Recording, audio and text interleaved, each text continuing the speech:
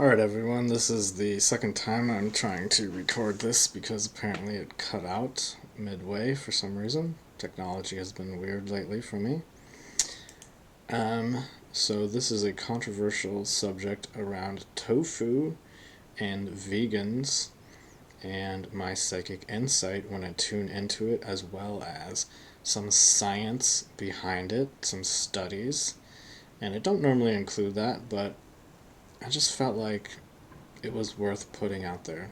So this is going to, one, attract some people to it who like it, and two, make some people maybe possibly angry at me because some people just it's a very divided situation, and I think people should stop being so one side or the other about things. Personally,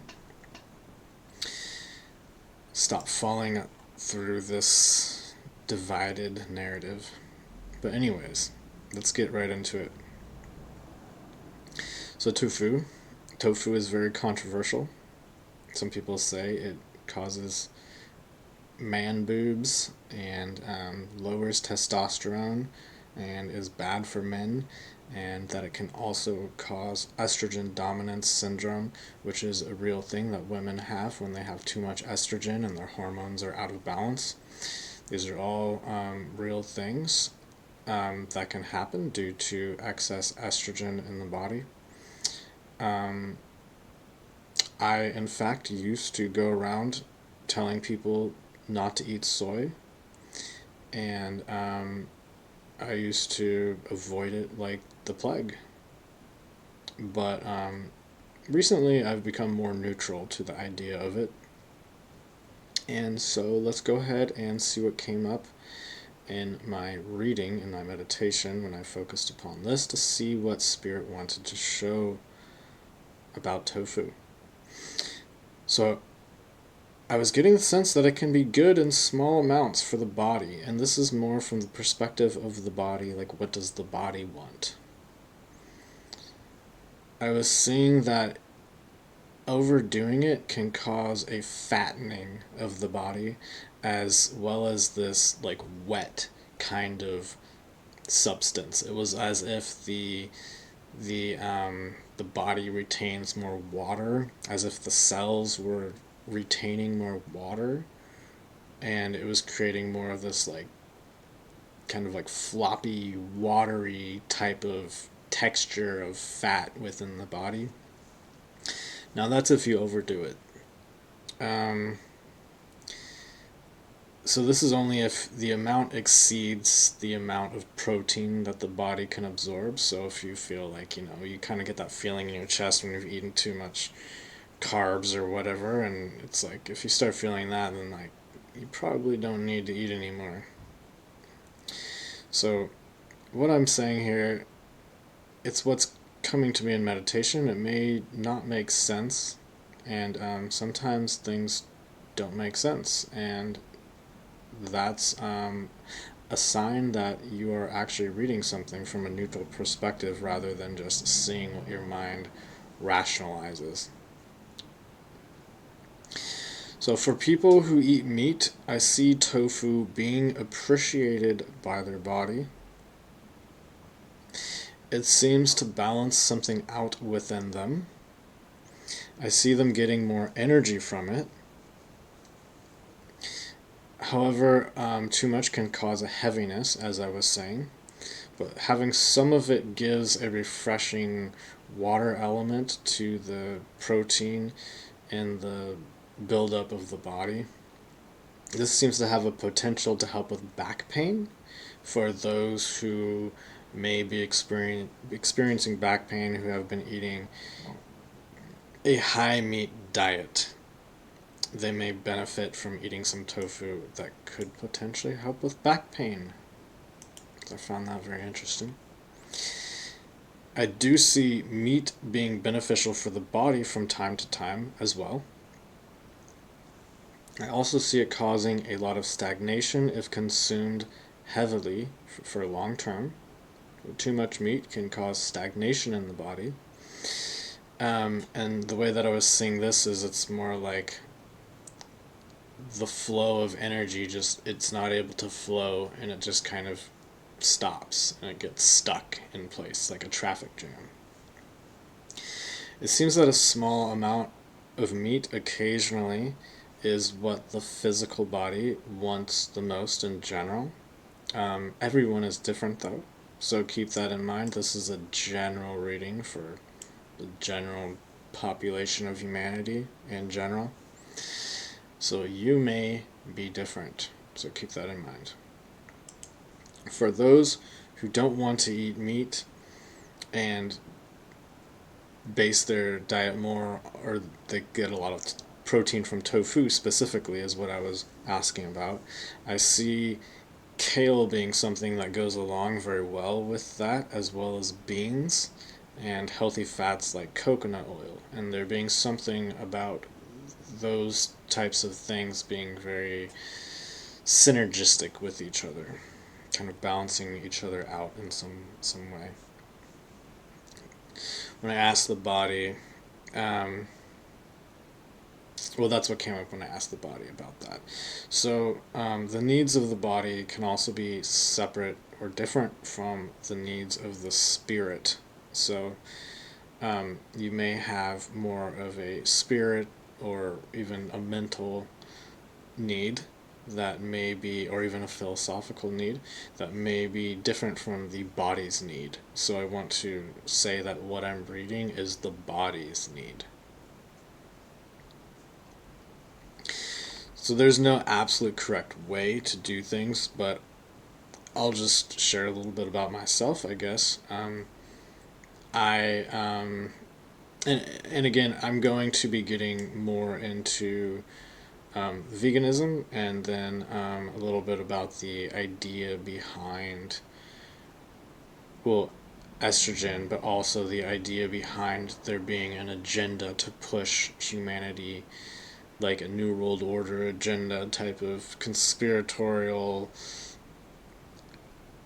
push for people to become vegan. And I do see that there is something behind that. So I'll get to that later, but I just want to, share a little bit about me and what works for me, with the understanding that this is just me and you should always ask yourself what works for you instead.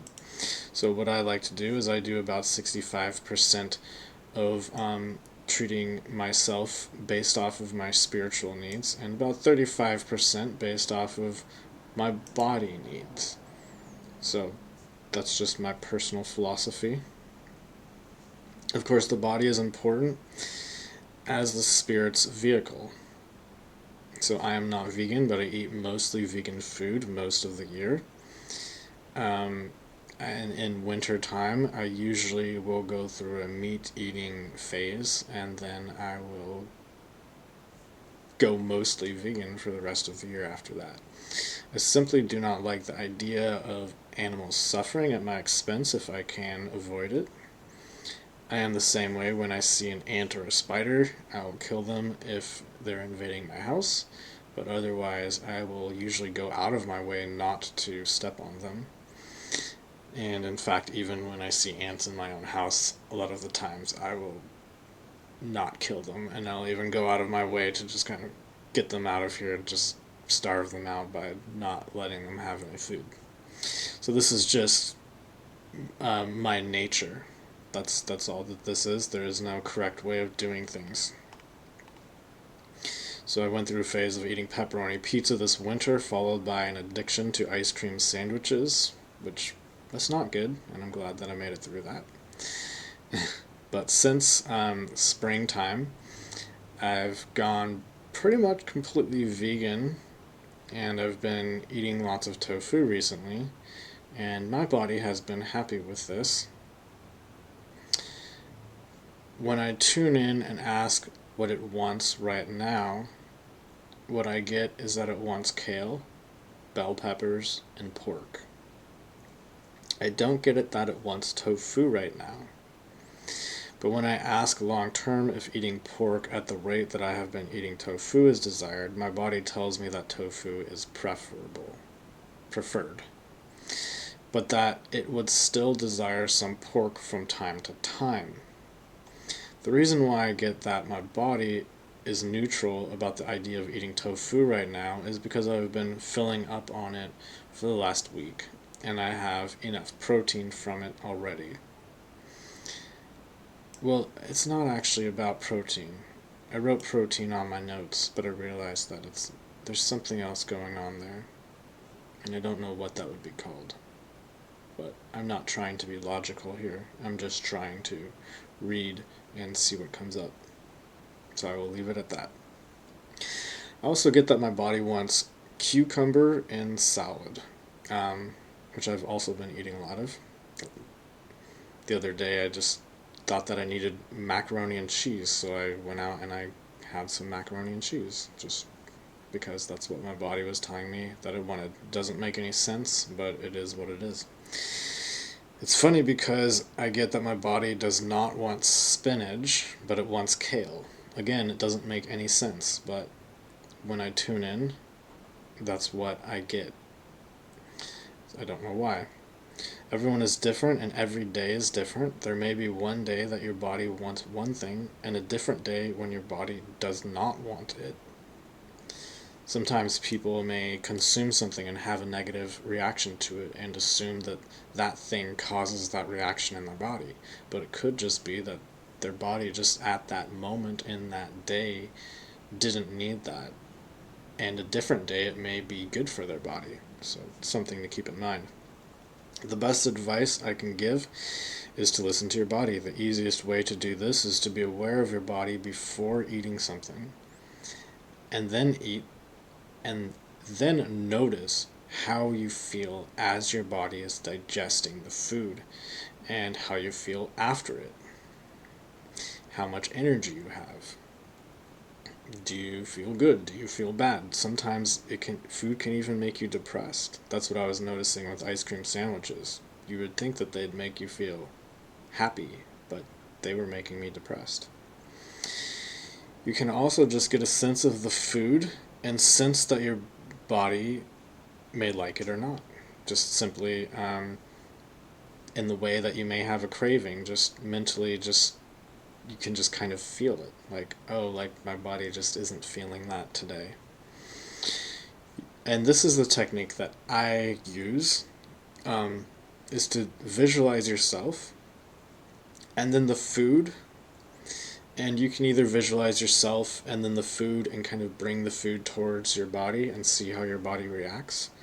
Or you can just visualize yourself and kind of just ask the visualization of yourself what it wants, or ask, does it like this, does it like that, and just see how your body reacts.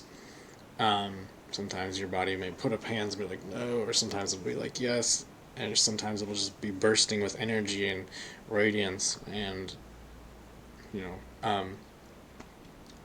don't try to make sense of it though, because it will usually be surprising and it's usually not going to be exactly what you thought. So if you're seeing exactly what you think, maybe you want to step back a little bit and give your body a little more freedom to show whatever comes up, whether or not it makes sense or not, whether it contradicts your thoughts. I was surprised that my body wanted bell peppers because I've been eating so many of them already, but it seems to want more still. Just a side note. Anyways. So this is where I get a little more analytical in this, and I don't normally do this, so, I feel like this is just something important to mention because I just see so much of this out there.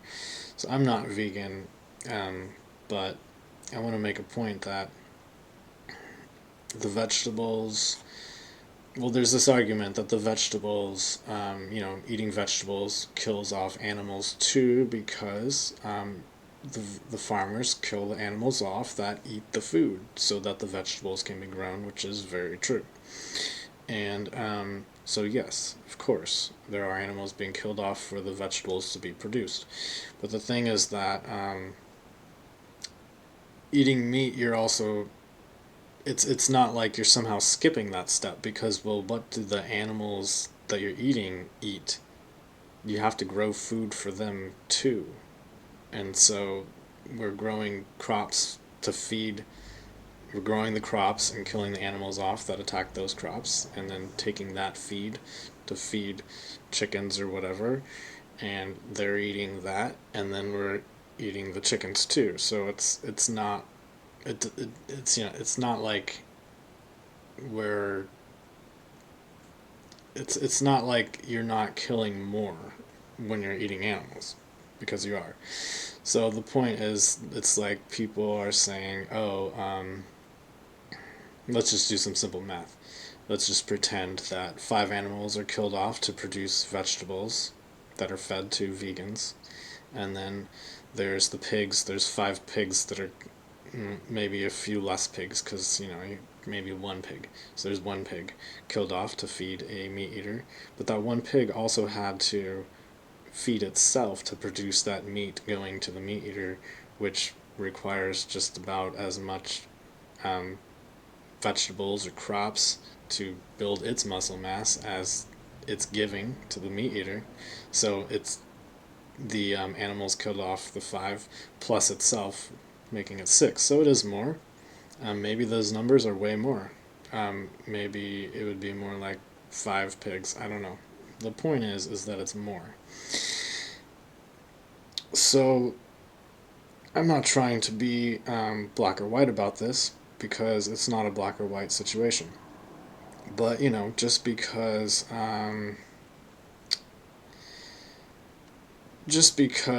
there's a necessary evil, if you want to call it a necessary evil, then it doesn't mean that you have to join the dark side just because you committed one necessary evil. That's an exaggeration, but you know what I mean. So I may have exaggerated a little bit there, but it's like, just because people will die at some point doesn't mean that we should just kill them now, because they're going to die anyways. Just because someone stole money from someone doesn't mean that you might as well just steal the rest, because someone already did it. So, like, what's the harm? Just because I live in a house made of trees and I'm slowly using up resources doesn't mean that we might as well just cut down the rainforest. Just because your mother has been treated badly in the past doesn't mean that you should continue to treat her poorly. These are just examples. Anyways, moving on before I piss too many people off, which I probably already have. Now I'm going to piss more people off and talk about phytoestrogens and the science behind that with tofu and soy.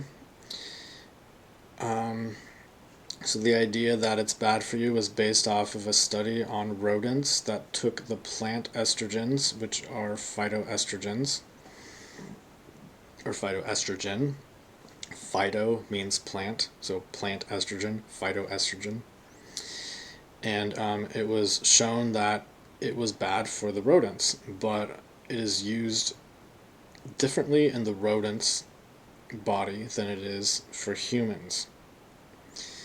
In the rodent's body, the phytoestrogen, plant estrogen, was used the same way as their natural estrogen in their bodies, produced in their bodies. And so this is obviously problematic to increase the estrogen, creating a hormonal imbalance. And obviously you could see how this could be bad for men, especially men who want to have higher levels of testosterone, because testosterone goes lower when you have more estrogen. However, further studies have shown that in humans the phytoestrogen is not used in the same way that the human estrogen is metabolized in the body.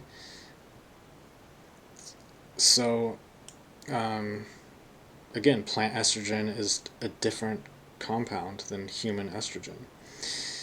And that in very high doses, phytoestrogens, plant estrogens, can actually block the receptors, the estrogen receptors in the human body, preventing other estrogen mimicking compounds, such as BPA, which is a xenoestrogen, meaning it is a toxic estrogen that comes from the production of plastic. So it can, in very high doses, if you were to have lots of soy or lots of phytoestrogens that come from soy, then those could potentially block the receptors to actually block off excess estrogen of natural estrogen, which would actually lower your estrogen. But they can also block xenoestrogens, which are not phytoestrogens, plant estrogens, but these are plastic estrogen mimicking compounds that fit into the estrogen receptor in the human body. So it can actually be good for blocking those off, and it's used in the treatment of cancer by some people. That is, eating soy. It's a very controversial issue with different people on different sides saying completely different, opposite things. These plastic estrogen mimicking compounds that bind to our estrogen receptors are called xenoestrogens. This, however, is only done in a quantity that is noticeable at doses so high that it would probably be not healthy to consume that much tofu. So in other words, the only way that you can really have a noticeable effect where you have so much phytoestrogen from plants coming into the estrogen receptors in the human body and blocking it off from the toxic xenoestrogens from plastic, the only way that that's like really noticeable, to have a noticeable effect, is if you eat so much tofu that it's like almost not healthy. At least that seems to be what the science is indicating. So regardless, scientists have been studying phytoestrogen mimicking compounds in many different places to be good for breast cancer, to prevent breast cancer. Actually, there's a quote here: phytoestrogens, especially when consumed regularly during childhood, have been linked to a reduced risk of breast cancer. And this is coming from a breast cancer website. I will leave the link below so you can look that up if you want. I also want to say that phytoestrogens come from many things. In fact, they are in your beer. They're in hops. Hops is filled with phytoestrogens. Flax seeds also have phytoestrogens. Peaches have phytoestrogens. Garlic has phytoestrogens. I mean, some of this is news to me. I just looked it up and found this out just now. Cruciferous vegetables have phytoestrogens, and nuts have phytoestrogens. So, like, if you're eating anything besides meat, you're eating phytoestrogens. Okay, so moving on. I also want to say really quick that the the idea that just because something fits into a receptor that it has the same effect as the thing that fits in that receptor is obviously not true, because if you look at the serotonin receptor, we have psychedelic compounds that fit into the serotonin receptor, and that's how they work. And those obviously have a different effect than serotonin fitting into that receptor.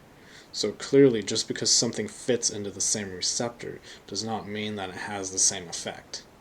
Otherwise, we'd all be tripping right now from our own serotonin in our own brains. So anyways, the idea that these plant estrogen mimicking compounds called phytoestrogens, because they're not a true human estrogen, they are an estrogen to the plant, so it's kind of tricky terminology. But the idea that it causes lower testosterone and grows breasts in men is simply something that you don't observe when you look at people around the world who eat high diets filled with things that have high levels of estrogen. So the reason why many people theorized this and it became a big deal was because of a study on rodents that showed that it was causing issues in this way that we experience with other more problematic things like BPA and plastic for humans. Um, but further studies have shown that that's not the same with humans. So BPA is a chemical found in plastic that can go into the water it is in contact with, or into the water content of foods that it is in contact with. It's possible that it's fat soluble too. I'm not sure about that. I'd have to look that up to find out. This is more of a threat than plant estrogens, which are metabolized in a different way in the human body than a rodent's body, which further studies have now indicated. Unfortunately, once something goes viral on the internet and people adopt it into their ideology, it becomes very hard to be retracted when further studies come out indicating that what is true for rodents is not necessarily so for humans. I have seen this false narrative adopted by many sources, many of which I am a fan of myself. In fact, I used to never eat soy products myself, and I used to be one of those people spreading the false info about how soy is poison. Falling into these narratives is dangerous, and when you start to notice that one side says this and the other side says something different, then it becomes very tempting to just go along with the narrative, or to become one of the rebels going against the narrative, only to find yourself in the rebellious narrative, and then finding yourself in an echo chamber where you only hear the rebellious narrative being echoed back to you. So ultimately, just stop trying to take sides on these things is my personal advice. Listen to yourself and your body, and sometimes what is healthy doesn't make sense, and that is fine. Some of the oldest living records of people in modern time, that is, tend to have some very questionable diets. I think they're called centenarians, and you can look them up. And they generally eat very high. They eat all sorts of things, but generally they tend to eat high fat diets with low carbs, so not much bread, and they tend to have a lot of fruits as well. And fruits also have dark pigments in them, which is anthocyanidins, which is very healthy, especially for the blood vessels and the heart and the brain. So I just wanted to throw that in there. I would suggest listening to your body overall. So then there's this whole thing about Bud Light and the people protesting against Bud Light supporting this transgender person that a lot of these people don't like, and it's almost like, oh, okay, so they're rebelling against the Bud Light because it has the hops in it that's turning everyone trans, right? Of course, that's a really bad joke. And the truth is that Coors Light has hops, Miller Lite has hops, Budweiser has hops. Pretty much all the standard beer has hops.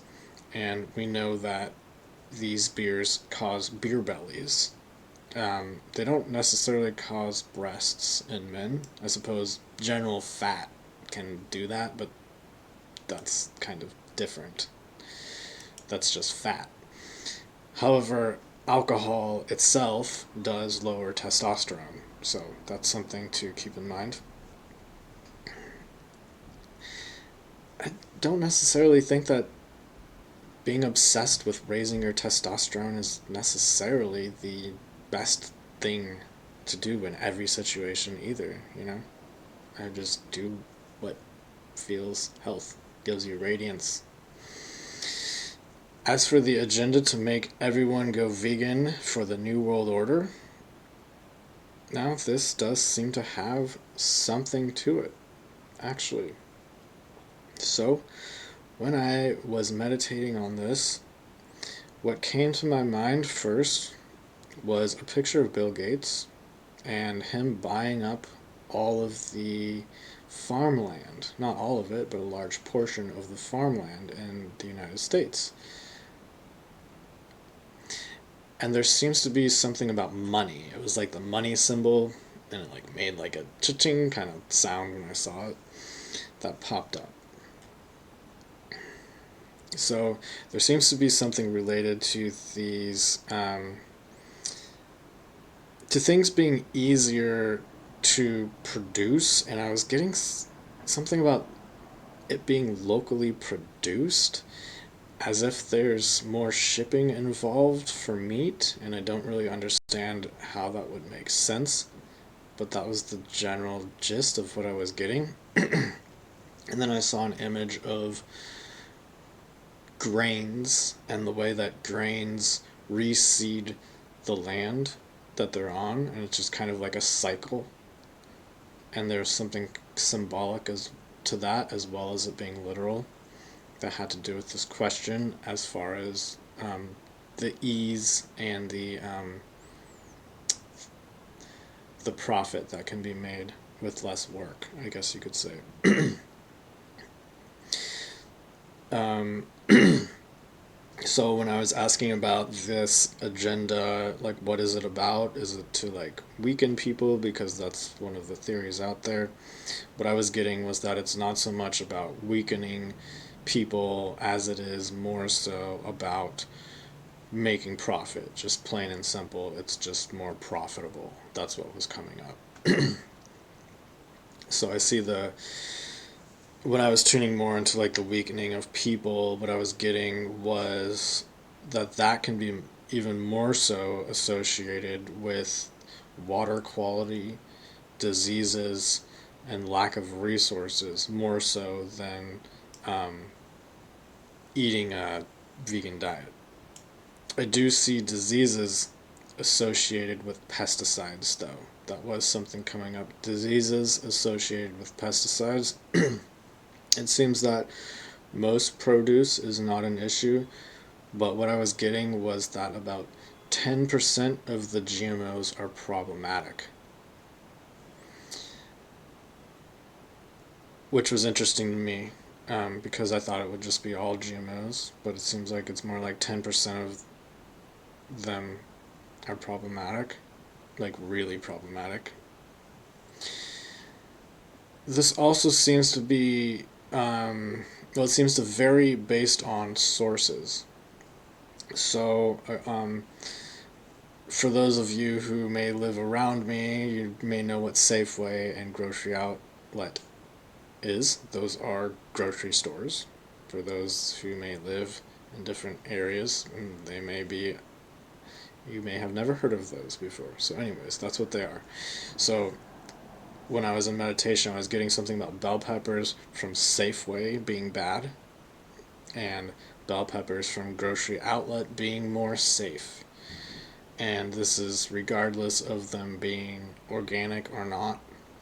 This was just what came to me. So I thought that was interesting because it really illustrated how it's not necessarily just about something being GMO or not, or the type of um, vegetable that it is. It's more about the batch that it is, and maybe different practices put into it.